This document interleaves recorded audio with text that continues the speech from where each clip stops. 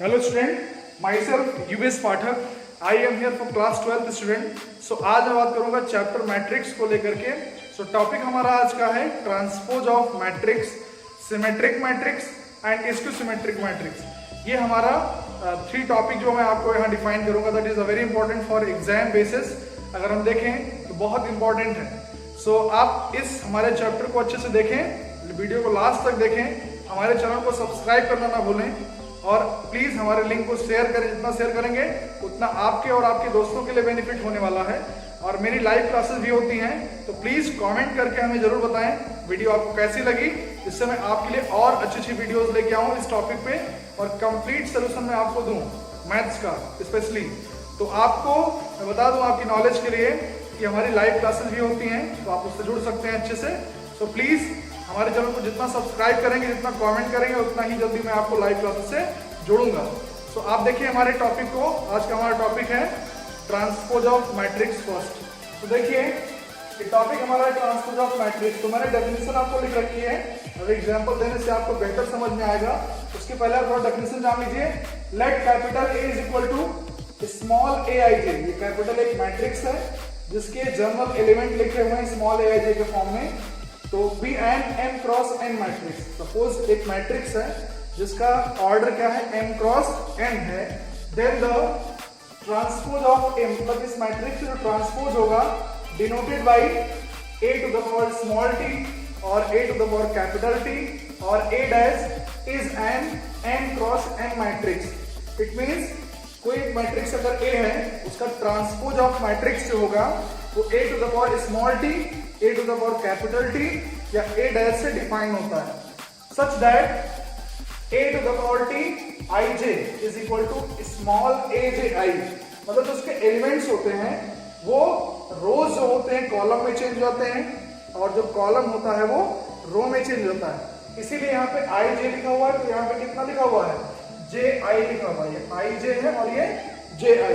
अब देखिए for all I means here 1 2 3 like that and so on m, and j means 1 2 3 and so on like that n। अब देखिए मैंने यहाँ definition आपको बताई, हो सकता है आपको दिक्कत हो रही हो, but in very easy language thus a to the power t is denoted from a by changing its rows into column and column into rows। इससे बेहतर आपको समझ में आ रहा होगा। यानी कि अगर कोई एक मैट्रिक्स आपको गिवन है तो उसको अगर हम ट्रांसपोज करेंगे तो रोज कॉलम में चेंज होती हैं एंड कॉलम रो में चेंज होता है। इस सिचुएशन को हम बोलते हैं ट्रांसपोज ऑफ मैट्रिक्स। तो आपको मैं अभी एग्जांपल के माध्यम से बताऊंगा, इससे आपको बेहतर समझ में आ जाए, कोई दिक्कत आपको नहीं होने वाली है। So you can see now example. देखिए suppose that if A is equal to, मान लीजिए 1 2 3 4, ये आपको मैट्रिक्स गिवन है और इसका आपको निकालना है ट्रांसपोज। ध्यान से देखिएगा। देखिए ये आपकी फर्स्ट रो है और ये आपका सेकेंड रो है। तो जो फर्स्ट रो थी 1 2, ये बन जाएगी कॉलम। देखिए यहाँ पे ये आपका C1 होता है। यहाँ 1 2 R1 था, यहाँ मैंने 1 2 कहाँ लिख दिया, C1 कॉलम में, फर्स्ट कॉलम में।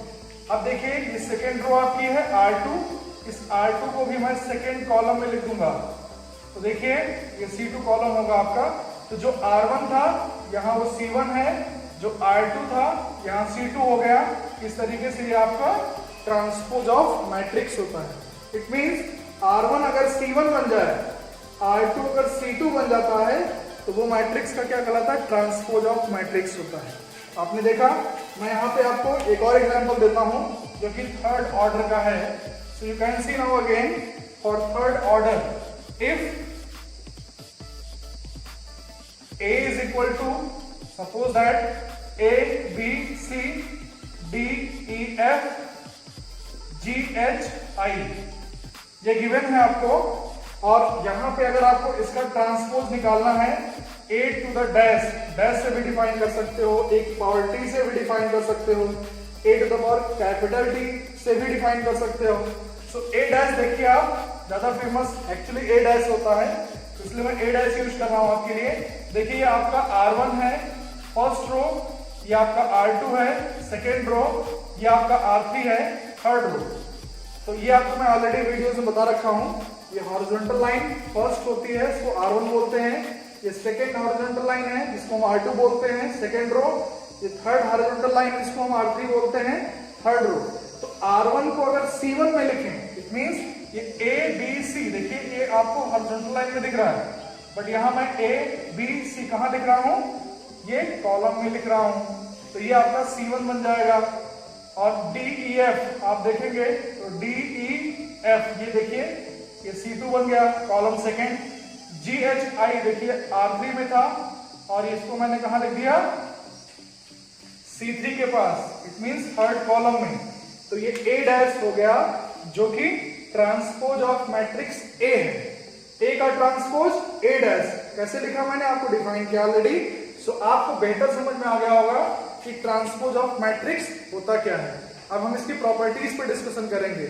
Okay, thank you so much for that. So आज हम ट्रांसपोज ऑफ मैट्रिक्स को अच्छे से जान लिए हैं। अगर कोई प्रॉब्लम होती है तो कमेंट करके हमें जरूर बताएं। Okay, thank you. Hello student, so मैं properties of transpose of matrix के बारे में बात करूंगा। ट्रांसपोज ऑफ मैट्रिक्स की प्रॉपर्टी क्या होती है। सो फर्स्ट प्रॉपर्टी आपकी है a to the power dash to the whole power dash is equal to a।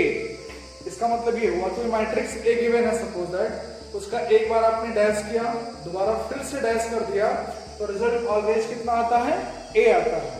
इसके एग्जांपल भी हो सकते हैं, बट आप एक मैट्रिक्स कोई भी मैट्रिक्स A ले लीजिए, उसका एक बार डैश करिए, इट मींस एक बार आप ट्रांसपोज करिए, दोबारा फिर से जो रिजल्ट आया फिर उसको ट्रांसपोज कर दीजिए, तो ये आपको एक इक्वल ही मिलेगा, वही मैट्रिक्स आपको मिल जाएगा। इसको डिटेल में जानने की जरूरत नहीं है, बट प्रॉपर्टी है तो मैं आपको डिफाइन कर दे रहा हूँ और क्वेश्चंस में हम इसका यूज करके दिखाएंगे आपको, इसलिए आपको डिटेल में बताने की मुझे जरूरत नहीं है। सेकंड है if A is a matrix, B is a matrix, आपने दो मैट्रिक्स को ऐड किया, रिजल्ट एक मैट्रिक्स आएगा, उसका ट्रांसपोज कर दिया, या फिर फर्स्ट मैट्रिक्स का A है जो, उसको ट्रांसपोज किया, फिर B का ट्रांसपोज किया, फिर ऐड किया, दोनों रिजल्ट क्या आते हैं, सेम होते हैं। एक तरीके से डिस्ट्रीब्यूटिव हो जाता है ये A पे भी और B पे भी। तो ये second property of transpose of matrix है। थर्ड आपका है, देखिए यहाँ पे जो K है ये एक्चुअली क्या K है, K is a constant, any constant like 1 2 3 4 5 that. तो अगर एक K कांस्टेंट है, A मैट्रिक्स है, तो होल डैश लगा हुआ है, तो ये जो डैश होता है ट्रांसपोज वो सिर्फ मैट्रिक्स पे अप्लाई होता है, उस कांस्टेंट टर्म पे कोई चीज अप्लाई नहीं होती है। फोर्थ आपका है, ये इंपॉर्टेंट सबसे ज्यादा है, जिसको हम बहुत यूज करेंगे। टू मैट्रिक्स का जो मल्टीप्लीकेशन होता है ए बी, उसका जो डैश होता है वो B dash into A dash के इक्वल होता है। आप लोग जानते होंगे, लग रहा होगा आपको कि ए पे अप्लाई पहले होगा बी बाद में, ऐसा नहीं होता है। ए बी अगर मल्टीप्लाई है तो उसका अगर हम ट्रांसपोज अप्लाई है ऊपर, तो यहाँ बी का डैश पहले होगा, मतलब लास्ट टर्म पहले आएगा, फर्स्ट वाला बाद में आएगा। इस तरीके से यहाँ पे आपको मैंने 4 प्रॉपर्टी के बारे में बताया, जिसमें ये प्रॉपर्टी आप याद रखिएगा अच्छे से। ए बी का whole dash is equal to B dash into A dash. Similarly मान लीजिए कोई बी मैट्रिक्स है, सी मैट्रिक्स है, इसका डैश कर रहे हैं तो क्या होगा, C dash into B dash, last वाला पहले फर्स्ट वाला बाद में। इसका ज्यादा यूज है, इसलिए मैं आपको इसको एक एग्जांपल और दे करके बताया हूं। अभी मैं क्वेश्चन सॉल्व करूंगा तो उसके लिए मैं आपको कोई दिक्कत नहीं होगी, ये बिलीव करिए आप। Thank you. Hello student, so हमारा नेक्स्ट टॉपिक आपका है symmetric matrix. Square matrix A is equal to small aij। आपको समझ में आता होगा, एक मैट्रिक्स जनरल फॉर्म में ऐसे लिखते हैं हम लोग, is called symmetric matrix if aij is equal to aji। Small aji और स्मॉल aij ये सब एलिमेंट्स होते हैं, आपको मैं बता रखा हूं इसको। सो देखिए, ये तो सारी डेफिनेशन आपको कौन समझ में आ रही हो, बट मैं एग्जांपल लेके बताता हूं आपको। सो एग्जांपल देखिए, suppose that let A is equal to कोई मैट्रिक्स गिवन है 1 2 2 और यहां पे मान लीजिए सपोज दैट 3 लिखा मैंने। आपको ये मैट्रिक्स गिवन है और इसमें अगर हम इसका ट्रांसपोज करते हैं, अगर इस मैट्रिक्स का हम ट्रांसपोज करते हैं, जो कि लास्ट लेक्चर में मैंने आपको डिफाइन किया था इसको, तो देखिए ये R1 है और ये R2 है। AT क्या होता है? A की पावर T का मतलब होता है ट्रांसपोज ऑफ मैट्रिक्स A, यानी कि जो R1 था उसको हम C1 लिखेंगे। देखिए 1 2 आपका यहाँ लिखा हुआ है, इसको मैंने कहाँ लिख दिया? C1 में, ये आपका C1 होता है। यहाँ 2 3 देखिए R1 में है, R2 में है सॉरी, तो इसको मैं 2 3 हम कहाँ लिख रहा हूँ? देखिए कॉलम में C2 में। तो आप देख रहे हैं ये दोनों मैट्रिक्स अगर हम कंपेयर करें तो A इज इक्वल टू कितना दिख रहा है? A की पावर में T दिख रहा है, तो इसका मतलब so A matrix is symmetric matrix, यानी कि ये जो कंडीशन है A to the power T is equal to A अगर मिलता है किसी क्वेश्चन में तो वो मैट्रिक्स आपका सिमेट्रिक मैट्रिक्स होता है। दिस इज वेरी इंपॉर्टेंट, तो आप इसको अच्छे से देखिए। मैं एक एग्जांपल और लेके आपको डिफाइन करता हूं। देखिए थर्ड ऑर्डर का, ये सेकंड ऑर्डर का था आपका एग्जांपल। थर्ड ऑर्डर का देखिए, let A is equal to 1 2 3, यहां पे देखिए मैंने 2 लिखा, 3, यहां मैंने 4 लिखा, यहां पे सपोज दैट 3 लिखा, और यहां पे मैंने लिखा 4, ये 5 लिख दिया। अब आप देखें कि हम A to the power T की वैल्यू निकालेंगे। अगर वो A के इक्वल आती है तो मैट्रिक्स सिमेट्रिक होगा, अगर A के इक्वल नहीं आती है तो मैट्रिक्स सिमेट्रिक नहीं होगा। तो यू कैन सी नाउ, अब देखिए आप यहाँ पे ये आपका R1 है फर्स्ट रो, ये आपका R2 है सेकेंड रो, ये आपका R3 है जो कि थर्ड रो है। सो यहाँ पे बात करते हैं हम। R1 देखिए 1 2 3 है, 1 2 3 मैंने कहाँ लिखा? C1 पे बेटा। R2 देखिए 2 3 4 है, मैं कहाँ लिख रहा हूँ इसको? R2 को C2 के पास 2 3 4। अब देखिए C2 पे लिखा मैंने 3 4 5, R3 है आपका 3 4 5, तो ये मैंने C3 पे लिख दिया। तो आप देख रहे हैं अगर आप मैच करें दोनों को, यहाँ पे देखिए 1 2 3, यहाँ भी 1 2 3, 2 3 4, 2 3 4, 3 4 5, 3 4 5। तो आपने देखा, इसको मैं ऐसे लिख देता हूं, यहाँ पे आपने देखा कि A इज इक्वल टू कितना मिल रहा है? A to the power T। तो इस तरीके से ये आपका मैट्रिक्स क्या बन गया? Symmetric matrix. So it is a symmetric matrix. देखिए एक मैं आपको एक इजी वे बताता हूं कि अगर इफ ये जो आपका यहाँ पे डायगोनल एलिमेंट्स होते हैं, इसके ऊपर 2 3 4 मिल रहा है, इसके नीचे भी देखिए 2 3 4 मिल रहा है। अगर इस मैट्रिक्स के ऊपर के एलिमेंट्स नीचे के एलिमेंट्स के सेम होते हैं तो वो मैट्रिक्स सिमेट्रिक होता है। ये भी एक इजी तरीका है पहचानने का। बाकी ट्रांसपोज करके तो बेस्ट वे होता है, वो आप अच्छे से जान सकते हैं। बट अगर मेन डायगोनल एलिमेंट्स के ऊपर के एलिमेंट और उसके नीचे के एलिमेंट अगर सेम होते हैं तो वो मैट्रिक्स सिमेट्रिक हो जाता है। ये शॉर्ट तरीका है पहचानने का। सो आप अच्छे से देखिए, अगर कोई दिक्कत होती है सिमेट्रिक मैट्रिक्स में, this is a very important actually, तो आप हमें कमेंट करके बताइए। मैं आपको उसके लिए एक अच्छा और प्रिपेयर करके मैं वीडियो डालूंगा आपके लिए, जिससे आप अच्छे से वो प्रॉब्लम आपको कभी भी ना हो। Thank you so much. Hello student, so मेरा नेक्स्ट टॉपिक आपका है आज का skew symmetric matrix. So skew symmetric matrix यहाँ पे देखिए मैंने डिफाइन कर रखा है आपको ऑलरेडी। स्क्वायर मैट्रिक्स, ये जो स्क्यू सिमेट्रिक होता है, सिमेट्रिक मैट्रिक्स होता है, ये जनरली आपके स्क्वायर मैट्रिक्स होते हैं। अगर वो जनरलाइज फॉर्म में A is equal to small aij के फॉर्म में लिखा हुआ है, is a skew symmetric matrix if small aij is equal to minus aj। ये प्रॉपर्टी है। इट मींस शॉर्टली इसको हम लिखते हैं, अगर a की पावर t की वैल्यू माइनस a के इक्वल हो, या फिर a इज इक्वल टू अगर माइनस a की पावर t हो, ये जो कंडीशन होती है ये आपकी स्क्यू सिमेट्रिक मैट्रिक्स की कंडीशन होती है।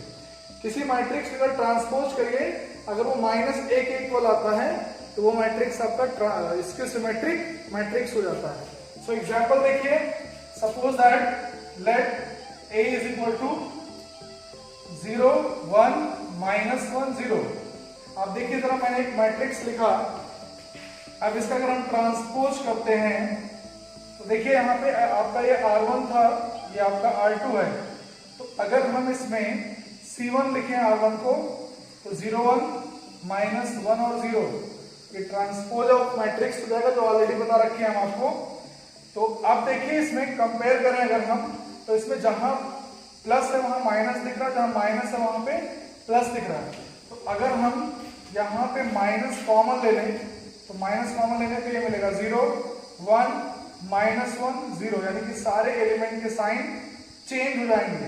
तो अब आप देखेंगे a की पावर t की वैल्यू माइनस, ये आपका a मैट्रिक्स था, ये माइनस a के इक्वल दिखेगा।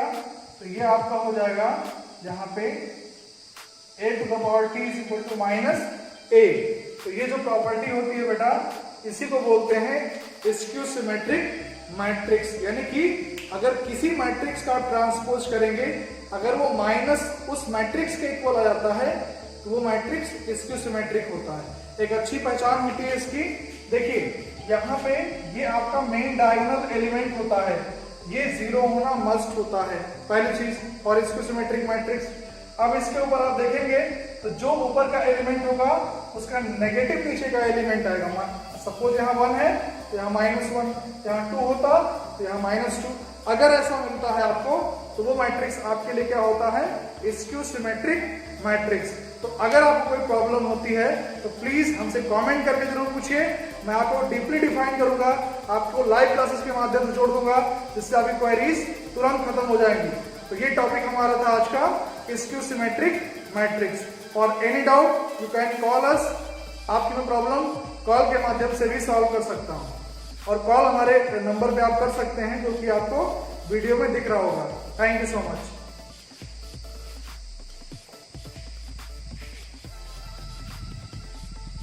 Hello friends, myself US Pathak, I am here for class 12th student. So मैं बात करूंगा आपको यहाँ पे मैट्रिक्स चैप्टर को लेकर के। टॉपिक हमारा है कुछ एक्सरसाइज के सॉल्यूशंस की मैं बात करूंगा यहाँ पे, और टॉपिक हमारा है ट्रांसपोज सिमेट्रिक और स्क्यू सिमेट्रिक से रिलेटेड। तो प्लीज मेरे लास्ट लेक्चर में आपने देखा, मैंने आपको डीपली डिफाइन किया कि ट्रांसपोज क्या होता है, सिमेट्रिक क्या होता है, स्क्यू सिमेट्रिक क्या होता है। तो हमारे किसी भी वीडियो को आप अगर छोड़ेंगे, देखेंगे नहीं, तो आपको दिक्कत होने वाली है, प्रॉब्लम होगी। अगर हमारे सारे वीडियो, सारे लेक्चर्स को आप अगर देखेंगे तो कोई प्रॉब्लम आपको नहीं होगी। इसके लिए हमारे चैनल को आपको सब्सक्राइब करना होगा, और हमारे लिंक को आप शेयर करेंगे जितना, उतना बच्चों को बेनिफिट होने वाला है। सो आपके इस लॉकडाउन के पीरियड में मैं आपको लाइव क्लासेस भी देता हूँ। सो अगर हमारे वीडियो को देखते हैं, अच्छी लगती है, तो आप कमेंट करके बताएं, मैं आपको लाइव क्लासेस के माध्यम से दे सकता हूँ। सो प्लीज हमारे चैनल को जितना सब्सक्राइब करवाइए, उतना ही आपके लिए बेनिफिशियल होने वाला है। तो चलिए हम बात करते हैं, टाइम वेस्ट न करते हुए, क्वेश्चन नंबर 1 की। So question is that if A is equal to this matrix, ये आपको कॉलम मैट्रिक्स है, B आपको मैट्रिक्स गिवन है, जैसा कि ऑलरेडी आपको बता रखा है, ये रो मैट्रिक्स है। वेरीफाई करना है AB का dash is equal to B dash into A dash. तो हम सबसे पहले बात करते हैं, ये हम लेफ्ट पार्ट निकालेंगे। तो देखिए इस लेफ्ट पार्ट के लिए सबसे पहले आपको निकालना होगा AB। तो AB को मल्टीप्लाई करेंगे आप, A लिखेंगे यहाँ पे 3 5 2 एंड B लिखेंगे यहाँ पे 1 0 4। अब अगर आप देखें इसका ऑर्डर कितना है, 3/1, इसका ऑर्डर कितना है 1/3। तो ये मैच कर रहा है, देखिए 1 1, इसलिए मल्टीप्लीकेशन पॉसिबल है। तो मल्टीप्लीकेशन पॉसिबल है, तो फिर क्या करेंगे, कैसे मल्टीप्लाई करेंगे। देखिए ऑर्डर क्या निकल के आएगा मैट्रिक्स का, 3/3 ऑर्डर का। देखिए फर्स्ट रो को फर्स्ट कॉलम से करेंगे मल्टीप्लाई, 3 1 जा 3, ये आपको रफ करो ताकि डाउट ना करे आपको। 3 को 1 से करेंगे, फिर 3 को 0 से भी करेंगे तो 0 आ जाएगा, 3 को 4 से करेंगे तो 12 आ जाएगा। ध्यान दीजिएगा, अगर कोई डाउट हो तो पूछेगा। फर्स्ट रो को 3 कॉलम से मैंने किया, यहाँ पे 3 कॉलम थे आपके, तो फर्स्ट कॉलम से किया तो 3 आया एज इट इज, 0 से किया 0 आ गया, 4 से किया 12 आ गया। अब आप 5 से मल्टीप्लाई करिए, तो 5 को 1 से मल्टीप्लाई करेंगे तो 5 को 0 से मल्टीप्लाई करेंगे तो 0, 5 4 जा 20। अब 2 से करेंगे 2 1 जा 2, 2 0 को मल्टीप्लाई करेंगे तो 0 आएगा, 2 4 जा 8। आपने देखा कि यहाँ पे AB की वैल्यू मैंने निकाल ली, आपको निकालना है AB का डैश। तो अगर AB का आप डैश करते हैं तो रिजल्ट क्या आएगा बेटा, देखिए फर्स्ट रो को हम कॉलम में लिखेंगे 3 0 12, सेकेंड रो को हम कॉलम में लिखेंगे 5 0 20, यहाँ लिखेंगे 2 0 8। ये आप देख रहे होंगे ए बी का डैश आ गया, इसको मैं फर्स्ट इक्वेशन नाम देता हूँ। अब आप देखिए इसके बाद यहाँ पे मैं साइड में सॉल्व करता हूँ आपके लिए। आपको बी डैश निकालना है। देखिए बी आपका ये है, इसका डैश करेंगे तो आपको पता है कि इसको कॉलम में लिख देंगे। फिर ए डैश करते हैं हम, ए डैश देखिए ए ऑलरेडी कॉलम में है, इसको रो में कर देंगे आप। तो रो में करने के लिए क्या होगा 3 5 2, ये आपका हो जाएगा। और यहाँ पे लिख देते हैं हम आपके लिए, बेहतर समझ में आपको। अब हमें निकालना है B dash into A dash. पहले बी डैश की वैल्यू लिखेंगे 1 0 4, फिर ए डैश की वैल्यू लिखेंगे 3 5 2। अब इनको अगर मल्टीप्लाई किया जाए B dash A dash is equal to, देखिए 1 को 3 से मल्टीप्लाई करेंगे 3 आ जाएगा, 1 को 5 से करेंगे 5 आ जाएगा, 1 को 2 से करेंगे 2 आ जाएगा, फिर 0 को 3 से करेंगे 0, फिर 5 से करेंगे 0, फिर 0 आ जाएगा। 4 3 जा 12, 4 5 जा 20, 4 2 जा 8। तो आप देख रहे हैं कि बी डैश ए डैश की वैल्यू 3 5 2 0 0 0 12 28, ये सेकेंड इक्वेशन है। तो अगर आप फर्स्ट एंड सेकेंड इक्वेशन को देखिए, so we compare first and second equation, then we get A B. So A B whole dash is equal to क्या मिल रहा है, B dash into A dash. तो ये आपने अच्छे से देखा इस क्वेश्चन को हमने कैसे टैकल किया। और अगर कोई प्रॉब्लम होती है मल्टीप्लिकेशन से रिलेटेड या क्वेश्चन से रिलेटेड कुछ भी, तो प्लीज आप हमारे चैनल को सब्सक्राइब करें, कमेंट करें, हम आपकी प्रॉब्लम सॉल्व करने के लिए रेडी हैं 100%। सो प्लीज सब्सक्राइब करना चैनल को मत भूलें। Thank you so much. Hello class, तो मैं आपको क्वेश्चन नंबर 2 की बात करूंगा यहाँ पे। If capital A is equal to this matrix given है, then verify that A to the power T into A is equal to I2। I2 का मतलब है सेकेंड ऑर्डर का आइडेंटिटी मैट्रिक्स। सो देखिए हम कैसे सॉल्व करेंगे। We have A, so first of all we get the value of A to the power T। Now अगर हम A to the power T लिखते हैं तो ये मैट्रिक्स A गिवन है, इसको देखिए cos अल्फा यहाँ एंड साइन अल्फा रो में था, कॉलम में लिखेंगे, यहाँ minus sine alpha and cos alpha row में थी, इसको भी कॉलम में लिखेंगे। तो a की पावर t इस तरीके से मिल जाएगा आपको। अब हम क्या करेंगे, हमें निकाल लेंगे। So a to the power t into a is equal to, सबसे पहले a की पावर t की वैल्यू यहाँ लिखेंगे cos alpha minus sine alpha and sine alpha, यहाँ पे कॉस अल्फा लिखेंगे एंड फिर a की वैल्यू लिखेंगे this matrix. So cos alpha sine alpha minus sine alpha cos alpha. इस मैट्रिक्स को हम मल्टीप्लाई करेंगे। मल्टीप्लिकेशन आपको मैंने बता रखा है, अगर कोई प्रॉब्लम होती है हमारे लास्ट वीडियो को देख लीजिए अच्छे से, फिर भी प्रॉब्लम होती है तो कमेंट करके हमसे पूछिए, मैं आपको डिटेल में बताऊंगा उस चीज को। तो देखिए कैसे करेंगे, कॉस अल्फा को हम कॉस अल्फा से मल्टीप्लाई करेंगे तो कॉस स्क्वायर अल्फा आएगा, देन सेकेंड एलिमेंट सेकेंड से होगा तो प्लस साइन स्क्वायर अल्फा आएगा। यहाँ पे फर्स्ट रो को मैंने फर्स्ट कॉलम से किया, फर्स्ट रो को सेकेंड कॉलम से भी करेंगे तो आएगा कॉस अल्फा साइन अल्फा, यहाँ minus sine alpha cos alpha, ये आपका था।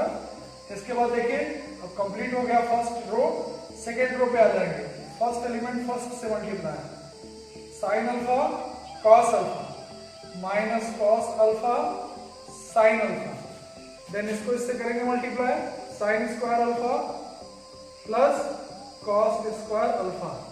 यहाँ पे देखिए दिस इंप्लाइज दैट, होपफुली आपको दिख रहा हो, तो देखिए ये 1 होगा, यहाँ पे ये 0 हो जाएगा, कैंसिल हो जाएगा, यहाँ 0 और यहाँ पे 1, तो ये आपका a to the power t into a आ रहा है, इसको हम लिखते हैं क्या I2। इस तरीके से आपका प्रूफ हो गया a to the power t is equal to I2। तो यहाँ पे लिख सकते हो a to the power t into a is equal to I2, ये बात प्रूफ होके मिल गई। देखिए sine square plus cos square alpha क्या होता है, 1 होता है, ये सेम चीजें कैंसिल हो जाएगा, ये भी सेम चीजें कैंसिल होकर 0 आ जाएगा, ये भी 1 हो जाएगा। तो ये क्वेश्चन बहुत इजी था आपके लिए, बट एक क्वेश्चन था जो कि मैंने आपको डिफाइन किया। अगर कोई डाउट है आप हमसे 100% पूछिए, मैं डिटेल में आपको बताऊंगा। Thank you. Hello class, so मैं क्वेश्चन नंबर 3 की बात करूंगा आपके लिए। यहाँ पे देखिए, if the matrix A is equal to this is a symmetric matrix, find the value of x, y, z and t. So देखिए, we have the question A is equal to, आपको गिवन है 5 2x y z -3 4t -7. First of all you find the value of transpose of matrix. So देखिए 5 2x आपका रो में है, 5 2x कहाँ लिखेंगे? Column में, एंड y z -3 रो में थी, कॉलम में लिखेंगे 4t -7। देखिए आपकी रो में थी, कॉलम में लिख लिया। इस तरीके से ट्रांसपोज ऑफ मैट्रिक्स डिफाइन हो गया। So we know that above matrix is a symmetric matrix, question में गिवन है। सो वी नो दैट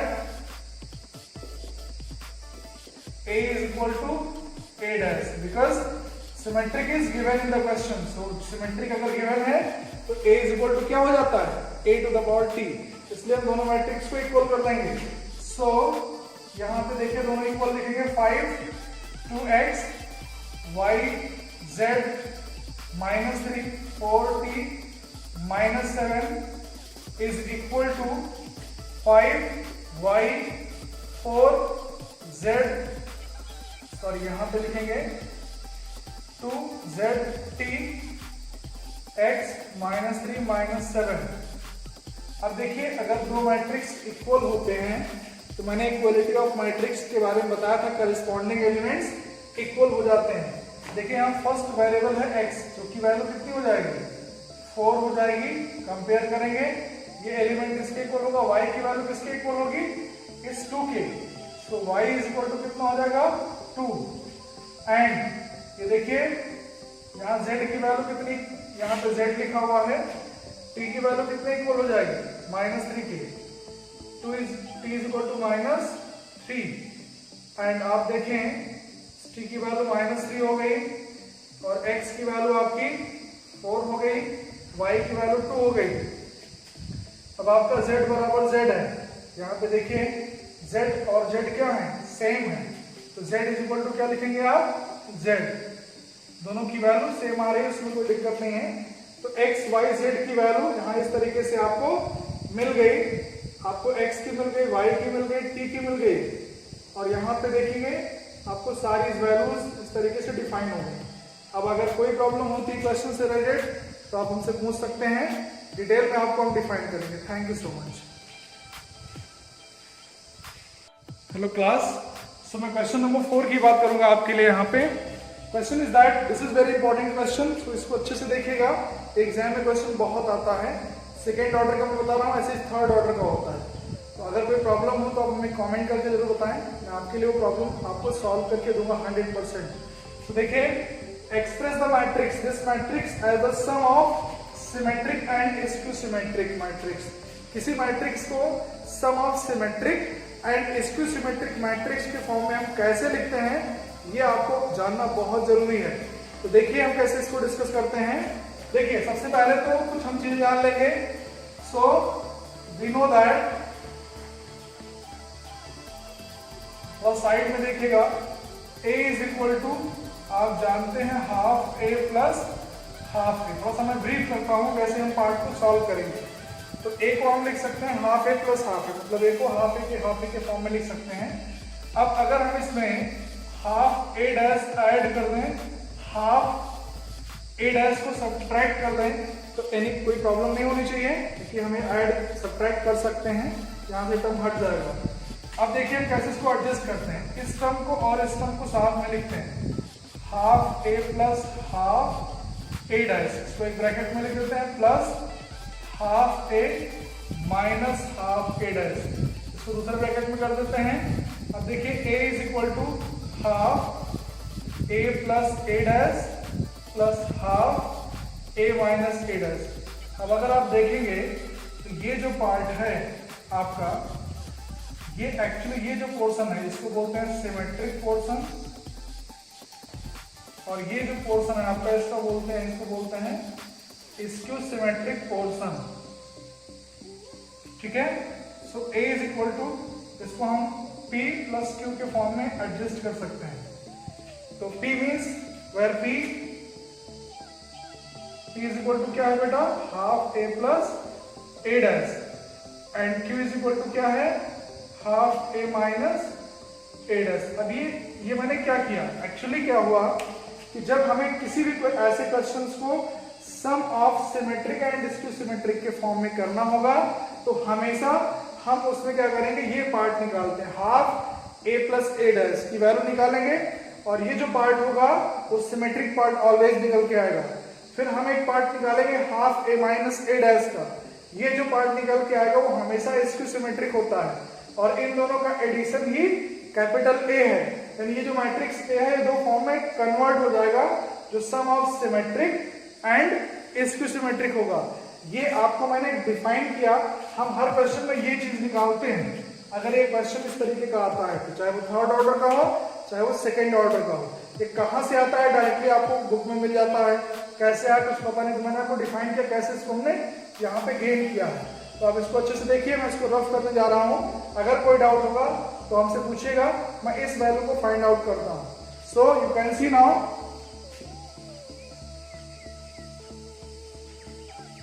देखिए और दिस मैट्रिक्स सबसे पहले हम निकालेंगे A डैश। A डैश की वैल्यू कितनी आएगी बेटा, 3 माइनस 4 1 माइनस 1, ये आपको A डैश मिल गया। अब हमें निकालना क्या होता है, so A plus A dash is equal to, हम करेंगे यहाँ पे A की वैल्यू कितनी है, 3 minus 4 1 minus 1 plus A dash की वैल्यू 3 1 माइनस 4 माइनस 1।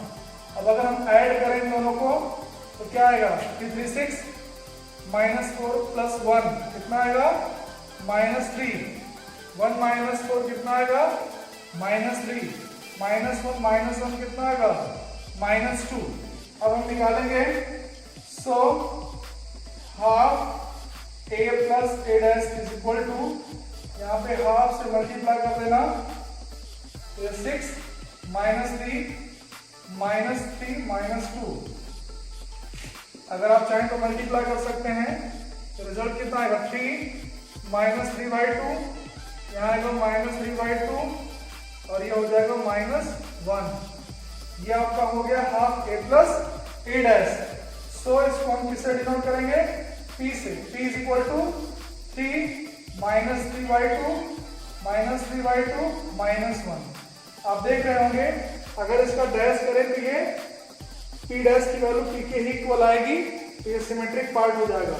तो आपको एक बेहतर समझ में आया होगा, इतना आप नोट करे रहिएगा। मैं आपको सेकंड पार्ट इसका निकाल के दिखाता हूं। देखिए ये आप रफ कर दे रहा हूं मैं इसको।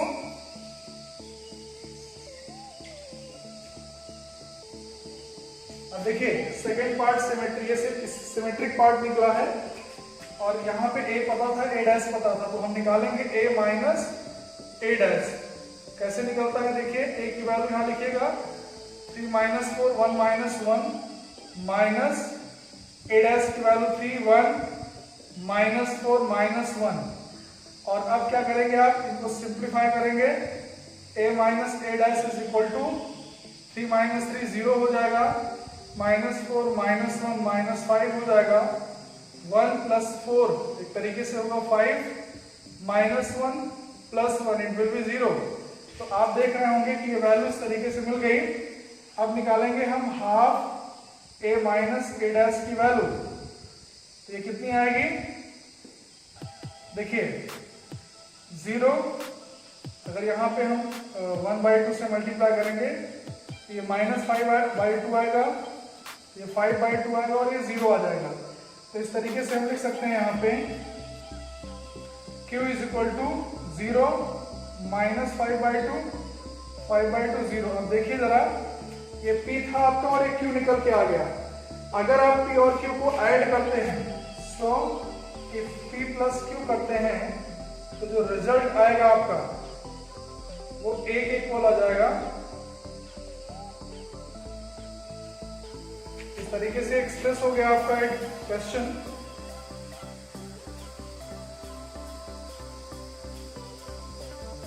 देखिए अगर इसको ऐड करेंगे तो 3 आएगा, इन दोनों को अगर ऐड करते हैं हम तो कितना आएगा -4,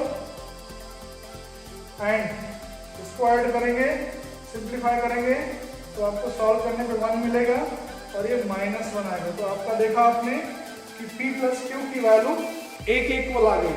इसका मतलब आपने इस क्वेश्चन को 2 पार्ट में ब्रेक कर दिया, पहला पार्ट P, दूसरा Q। P निकला कैसे? Half A plus A dash निकालने से। Q कैसे निकला? Half A minus A dash निकालने से। इस तरीके से आपने इस वीडियो को देखा। कोई पार्ट अगर नहीं दिख रहा है तो आप उसको मैंने बोला है समझ लीजिएगा, सॉल्व करिए खुद, आपको समझ में आ जाएगा अच्छे से। अगर कोई प्रॉब्लम हो तो कमेंट करके हमसे पूछिए, मैं डिटेल में आपको बताऊंगा। Thank you so much.